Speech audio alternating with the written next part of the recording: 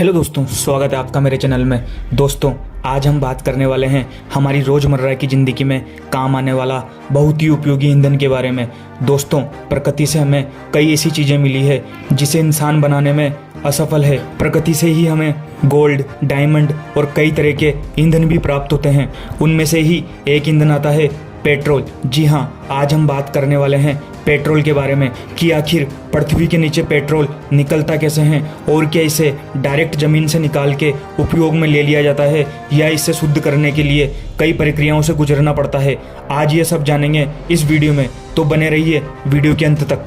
Petrol और diesel आज के समय में इंसान की एक अहम ज़रूरत बन चुका है। इनकी आवश्यकता हर रोज़ पड़ती है और यह बात भी सच है कि जैसे इनका इस्तेमाल बढ़ता जा रहा है वैसे वैसे इनकी कीमत भी लगातार बढ़ती ही जा रही है और भारत में तो इनकी कीमत अब आसमान छूने लगी है। भारत में पेट्रोल की कीमत 100 रुपये के आसपास पहुंच गई है और आने वाले समय में इनके दाम और भी ज़्यादा हो जाएंगे। भारत में पेट्रोल का उत्पादन नहीं किया जाता है और इस वजह से इसे दूसरे देशों से इंपोर्ट किया जाता है, यानी कि मंगवाया जाता है, और इस वजह से इस पर ढुलाई का चार्ज भी लगता है और आम जनता तक पहुँचते पहुँचते इस पर कई तरह के टैक्स लग जाते हैं, जिस कारण ये पेट्रोल हमें इतना महंगा मिलता है। हमारे देश में तो पेट्रोल की कीमत बहुत ही ज़्यादा है, लेकिन दुनिया के कई देशों में पेट्रोल पानी से भी सस्ता है। जी हाँ, जिन देशों में पेट्रोल का उत्पादन किया जाता है वहाँ पर पेट्रोल की कीमत बहुत कम है, जैसे कि अरब देशों में। आपको बता दें कि जिस स्पीड से हम पेट्रोल और डीजल जैसी चीज़ों का इस्तेमाल कर रहे हैं, अगर हम इसी तरह इन्हें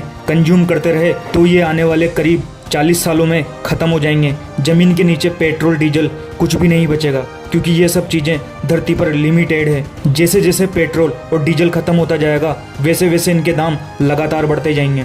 आज के समय में हम सब पेट्रोल और डीजल पर ही निर्भर हैं। हमारे रोज़मर्रा की जितनी भी चीज़ें हैं, जैसे कि सब्जी, भाजी, फल और तेल वगैरह, इन सबको बड़े बड़े ट्रक में भरकर एक शहर से दूसरे शहर लाया और ले जाया जाता है, और जिसके लिए ज़रूरत पड़ती है ईंधन यानी कि पेट्रोल और डीजल की, जो धरती पर बिल्कुल सीमित है और बिना ईंधन के कोई भी वाहन नहीं चल सकता है। जब ईंधन के दाम बढ़ते हैं तो इसके साथ साथ सभी चीज़ों के दाम भी बढ़ जाते हैं, महंगाई भी बढ़ जाती है, लेकिन कुछ किया भी नहीं जा सकता क्योंकि अभी तो हम पूरी तरह से इन्हीं संसाधन रिसोर्स पर निर्भर हैं। लेकिन ये पेट्रोल और डीजल बनता कैसे हैं, आइए जानते हैं। पेट्रोलियम जमीन के अंदर से निकाला जाता है, तो सवाल ये आता है कि यह तेल जमीन के अंदर कैसे बना। तो आपको बता दें कि हजारों लाखों साल पहले पेड़ पौधे और जीव जंतु जमीन के अंदर पृथ्वी पर आए विनाश के कारण दब गए और बहुत ज़्यादा दबाव और गर्मी के कारण यही मृत पौधे और जानवर पेट्रोलियम में बदल गए। इसके बाद इंसान ने जमीन और समुद्र के अंदर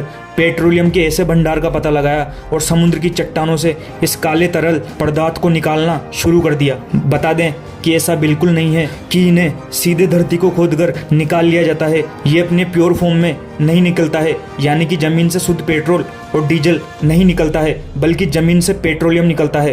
पेट्रोल हमें काले और गाढ़े तरल के रूप में मिलता है, जिसे पेट्रोलियम कहते हैं। बता दें कि पेट्रोलियम एक लैटिन भाषा का शब्द है जिसका मतलब होता है चट्टानों से निकलने वाला तेल। पेट्रोलियम के कुएं होते हैं, इनमें से कच्चा तेल यानी कि क्रूड ऑयल निकाला जाता है।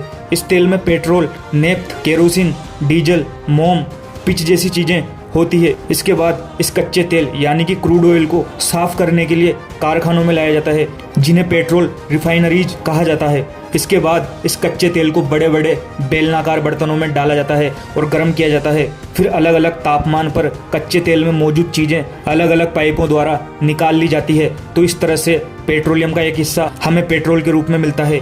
इस कच्चे तेल को अलग अलग तापमान पर उबाला जाता है और वो वेपोराइज्ड होता है, जिससे अलग अलग तापमान पर अलग अलग चीज़ें मिलती है। जैसे इसे 260 डिग्री सेल्सियस पर उबालने पर डीजल मिलता है, 180 डिग्री पर केरोसिन यानी कि मिट्टी का तेल मिलता है और 110 डिग्री पर पेट्रोल मिलता है। इसके अलावा कच्चे तेल से और भी कई चीज़ें मिलती है, जैसे मोम, ग्लिसरीन, पैराफिन वैक्स और डामर। पेट्रोल को निकालने के बाद इसे ट्रांसपोर्ट कर दिया जाता है, साथ ही इसकी टेस्टिंग भी होती है। इसमें यह देखा जाता है कि कितने ऑक्टेन का पेट्रोल है और फिर इसे पेट्रोल पंप पर भेज दिया जाता है। आपको बता दें कि कच्चा तेल समुद्र और ज़मीन दोनों पर ही मिलता है, लेकिन ऐसा नहीं है कि दुनिया में हर जगह कच्चा तेल हो। दुनिया में कुछ ही जगह हैं जहां से कच्चा तेल मिलता है। अमेरिका और रूस में भी कच्चे तेल का उत्पादन होता है, लेकिन दुनिया में सबसे ज़्यादा कच्चे तेल का उत्पादन अरब देशों में ही होता है। पेट्रोल और डीजल का एक बार इस्तेमाल होने के बाद इन्हें दोबारा से रिसाइकल नहीं किया जा सकता है,